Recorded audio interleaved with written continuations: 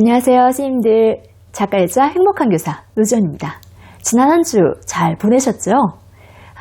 오늘 준비한 영상은요, 선생님이 지난번 영상이 너무 간략하게 다룬 부분이 있어서 조금 부연 설명을 하고 넘어가도록 하겠습니다. 혹시 지난 영상을 보지 않으신 선생님들께서는 그걸 먼저 보시고 오늘 내용을 함께 해주셨으면 좋겠습니다. 지난번에 제가 개인의 상황과 교사의 상황 두 가지를 나누어서 살펴봤고요. 그중에 이제 개인의 상황에서 이제 습관을 가지고 말씀드렸는데요.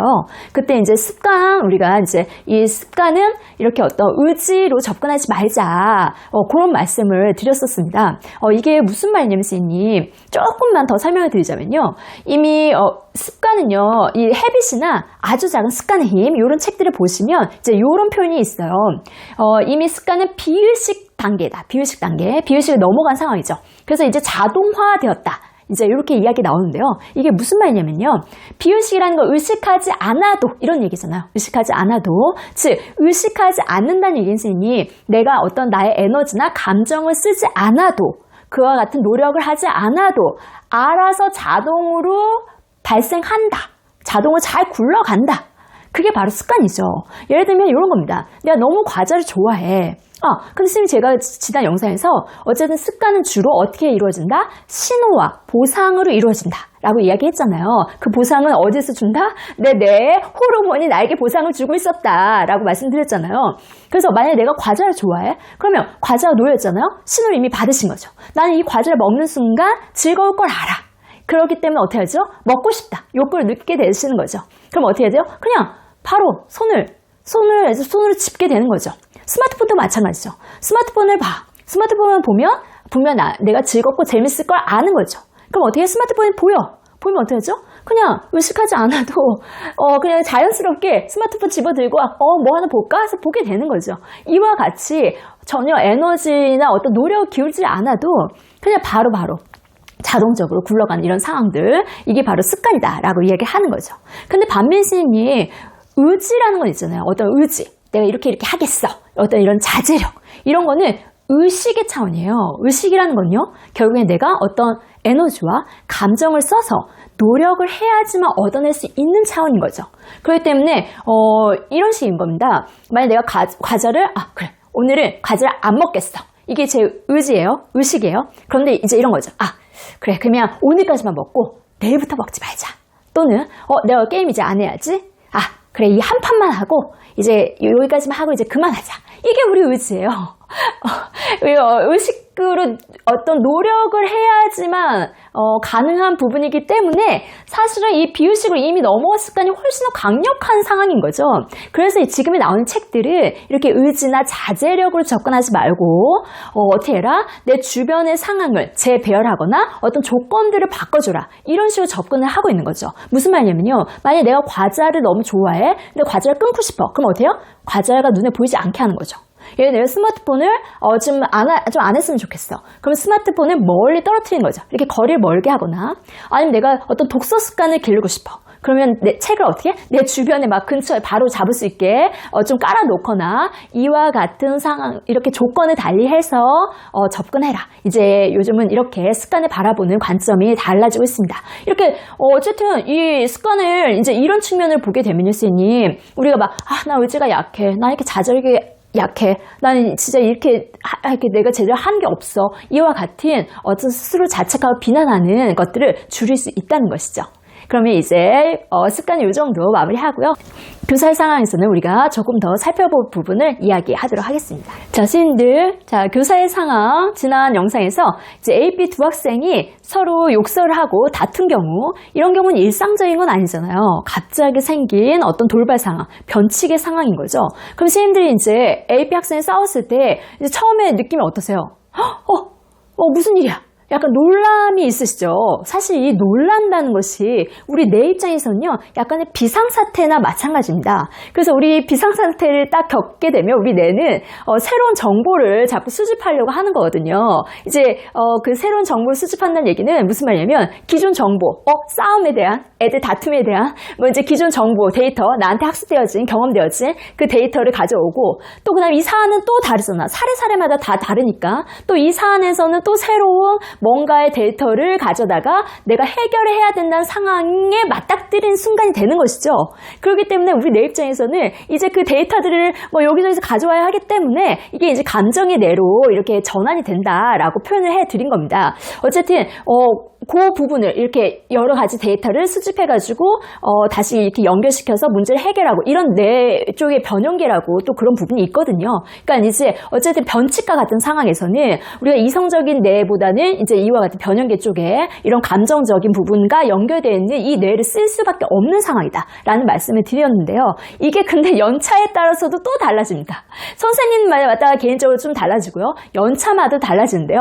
이게 무슨 말이냐면 선생님 1, 2년차 같은 경우에는 이 아이들 다툼이나 이런 아이들 사안에 대해서 좀 해결할 데이터가 많지 않으세요. 그렇기 때문에 이분들은 어쨌든 아이들한테 향할 수가 있습니다. 이게 무슨 말이냐면요. 얘네들 뭐 다치지 않았는지, 이 아이들이 지금 괜찮은지, 뭐 어쨌든 아이들한테 조금 더 향할 수가 있습니다. 이거 좀 오해 안 하셨으면 좋겠는데 선생님 일단 들어보세요. 3년차 이상이 되시면 일단 많은 것들을 접하셨어요. 그리고 거기에 대해서 내가 어떤 식으로 해결해야 될지 나름의 우리 뇌의 회로가 만들어진 상황이고요. 그래서 데이터도 조금 1, 2년차 선생님들에 비해서는 충분한 상황입니다. 그럼 훨씬 놀람이 덜 하시죠. 앞으로 어떻게, 여기서 놀람이라 하는 것은 앞으로 내가 어떻게 해나갈지 알면 덜 놀라세요. 그런데 내가 앞으로 어떻게 해야 될지 모르기 때문에 그 놀람이 이제 더 감정을 많이 부추게 되는 상황이 되거든요. 근데 어쨌든 그러면 이제 좀 3, 4년차 대신 3년차 이상 되신 선생님들께서는 나름의 어떤 경험에 의해서 이 해결할 데이터를 많이 갖고 계시기 때문에 그 놀람은 덜 하시죠. 그런데 우리가 타성에 젖는다고 그러잖아요. 타성에 젖는다는 얘기는 그 아이들한테 그 마음이 향하지 않을 확률이 높아지는 거죠. 이거 절대 오해하지 마세요. 모든 선생님이 그런다는 게 아니고요. 그럴 수밖에 없다는 말씀을 좀 드리는 겁니다. 무슨 말이냐면 선생님 제가 좀 쉽게 이렇게 얘기를 드려볼게요. 혹시 자녀를 키우신 선생님들께서는 좀 이걸 이해하실 수 있을 것 같아요. 내가 이제 우리 애가 뭐 6살, 5살, 뭐 7살 정도의 애기야. 제 애가. 그런데 그 아이가 밤새 아팠어. 밤새 아팠어. 그런데 나는 그래서 잠을 못 잤어. 근데도 내일 또 뭐 되게 학교에서 중요한 일을 해야 돼. 그럼 선생님들 사실 되게 내가 사랑하는 아이잖아요. 근데 짜증나요. 왜냐면 짜증날 수 있습니다. 왜냐면 그 아이로 인해서 내가 지금 너무 잠도 못 자고 내일 또 해야 될 것 많고 이게 내 에너지가 안 되면 아이가 아픈 것보다도 사실은 내게 더 커 보이는 거예요. 이게 무슨 말이냐면 선생님 만약 학교에서 항상 바쁘시잖아요. 정말 너무너무 많은 일을 하셔야 되잖아요. 그 내가 내 계획에 이런 일을 이렇게 하겠어. 근데 아까 말했듯이 이렇게 학생사는 완전 돌발 상황이에요. 내 계획이 없었던 상황이죠. 이런 상황에서 갑자기 돌발 상황이 생기게 되면은 우리의 마음에서는 이미 내가 진행하고자 했던 상황들의 방해를 받은 듯한 느낌이 드는 거죠. 나 이것도 해야 되는데 뭐야? 왜냐면 안 일어났으면 하는 일이 생겼기 때문에 그렇습니다. 일어나지 않았었으면 좋았을 일이 갑작스럽게 생겼기 때문에 그럼 우리 내에서는 일어나지 않았었으면 좋았을 텐데 왜 또 이런 일이 벌어진 거야. 이제 이와 같은 마음이 들 확률이 높다는 거죠. 그래서 아이들을 먼저 바라보기보다는 이제 내 상황에 맞춰서 해석되어지는 경우가 더 많다는 거죠. 그러면 얘들아 왜 싸워가지고 왜 애들이 이런 말썽을 피워가지고 왜 이렇게 나를 괴롭게 해가지고 지금 내가 이걸 해야 되는데 근데 이 문제는 생각에서만 멈추는 게 아니라 이게 아이들한테 표현될 수 있어요. 안 한다고 생각하시는데도 갑자기 애들 막 이렇게 화해시키는 과정에서 선생님이 얼마나 바쁜데 지금 내가 이것까지 너희들 이렇게 해야 하느라고 얼마나 지금 이렇게 시간을 투자해야 되고 이런 식으로 그렇게 표현될 수가 있다는 거죠. 그리고 또는 아니면 이제 그렇게까지는 표현하지 않지만 이미 얼굴이나 비언어적인 표현을 통해서 선생님이 너희들 이 문제를 해결하는데 지금 내가 너무 짜증스러워. 선생님 충분히 그럴 수 있습니다.